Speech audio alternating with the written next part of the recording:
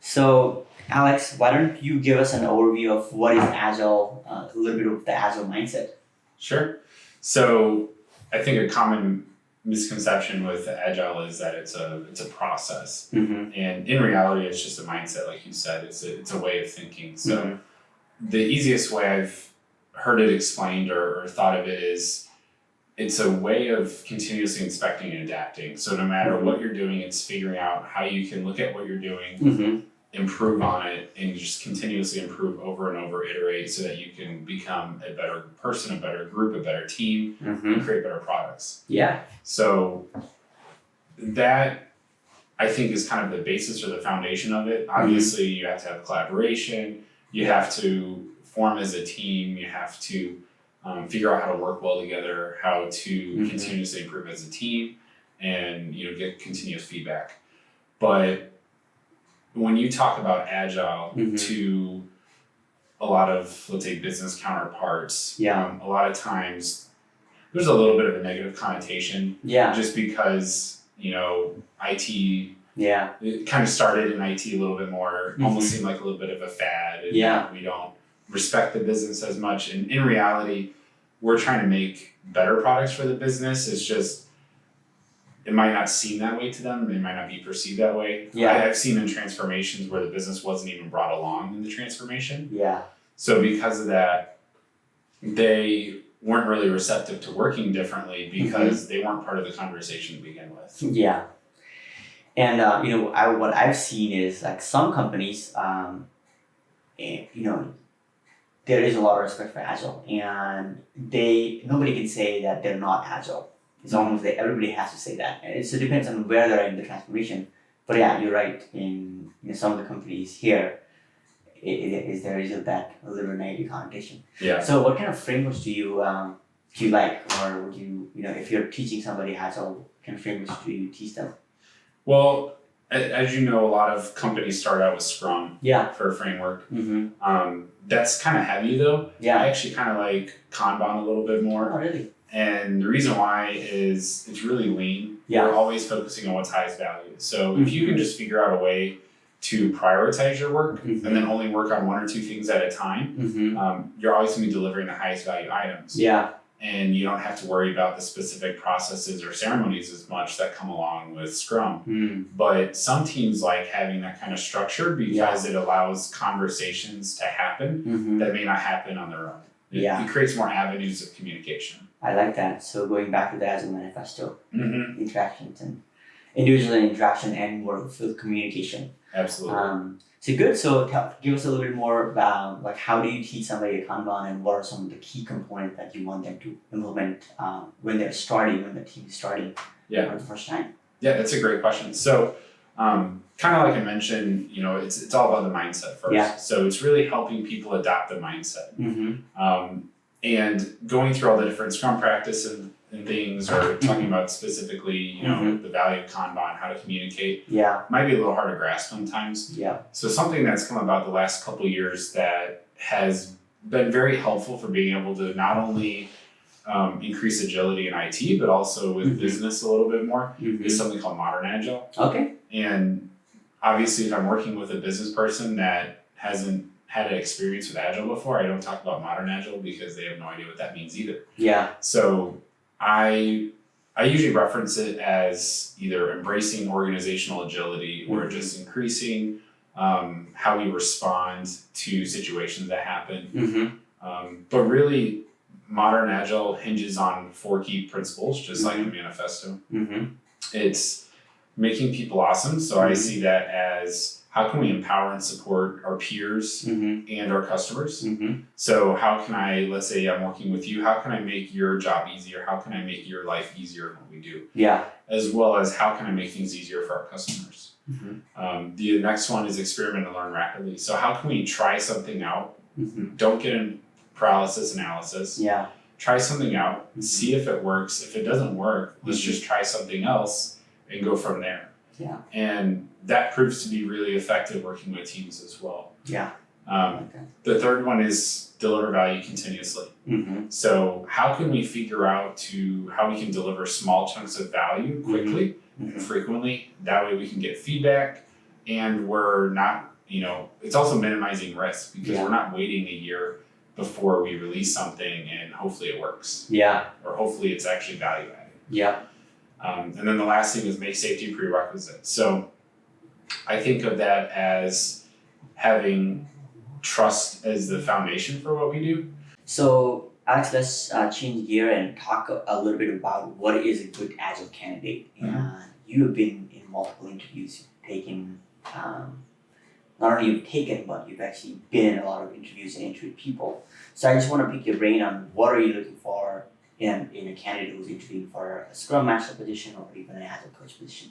Yeah, that's a great question. And I probably can't speak for everybody, but in my experience, a good candidate is somebody that can communicate well, that focuses on increasing collaboration and teaming.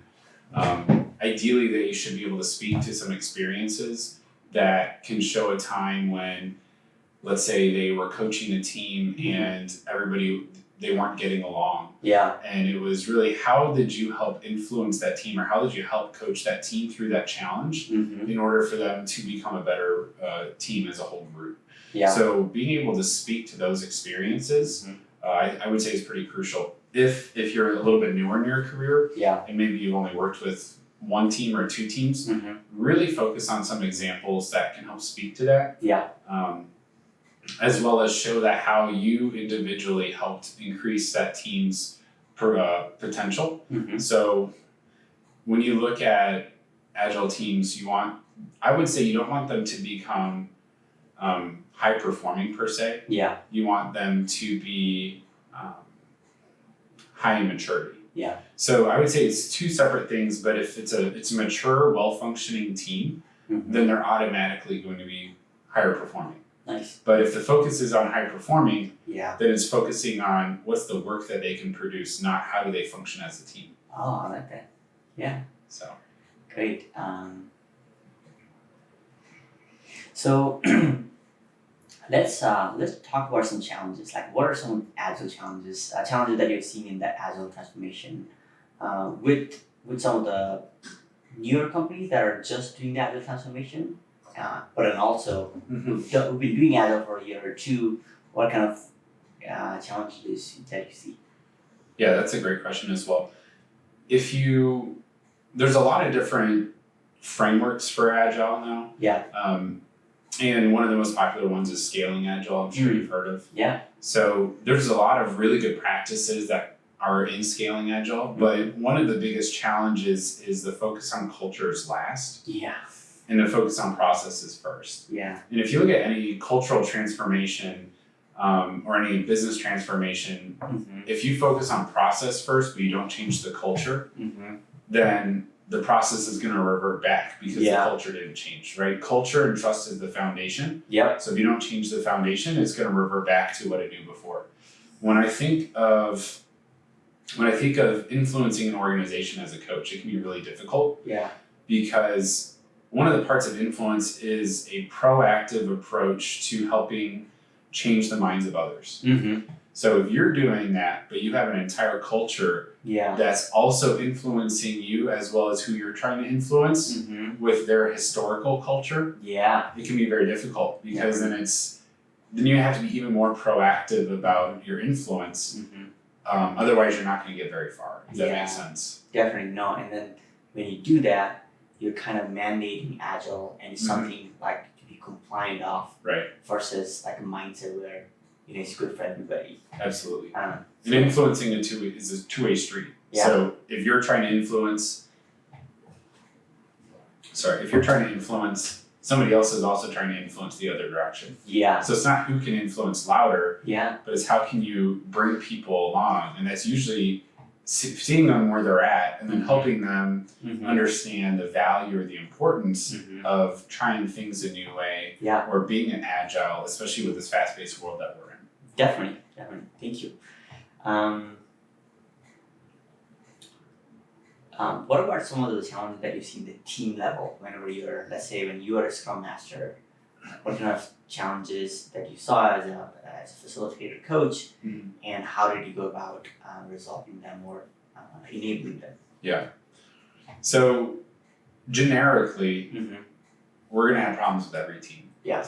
At one time or another, because there's ebbs and flows. Yeah. Sometimes the team's going really well. Let's say there's a change, and the team kind of reverts back to old habits or something like that. Yeah. And I would say software development's a little bit more tricky even, because when you look at software development, it's pretty black or white sometimes, right or wrong for the way that you're developing. And sometimes that mindset can be taken to working through problems or challenges or working with team members, where it's I'm right, you're wrong. Yeah. Or and it's not necessarily collaboration first. So it's really helping take the ego out of it. I can think of a time when we had a team member that was so focused on what happened 3 weeks before that we couldn't even move forward as a team. So we talked about the issue, but they couldn't get past that issue. Yeah. So as a coach, and this was, for me a little bit tougher, but I had to say, I don't care what happened 3 weeks ago. We talked about it. We need to focus on how we want to move forward, because that's what we can control from now on. Right? What's in the past is in the past. We talked about it. We worked through it, but let's focus on how we want to move forward. And that's really hard to do with a team sometimes, and that's really hard for a team to be able to grasp and understand, because they're working with these people every single day. But that's the key to having retrospectives regularly, is giving those opportunities or avenues to have those conversations. Yeah. Did they let go? It finally did. Yeah. Sure. But it took a couple times of me saying, basically, I don't care what happened in the past. Let's just focus on how we can move forward. No, I've seen that. Please like and subscribe if you enjoyed this video. We will sure to come back with more exciting videos on Agile topics.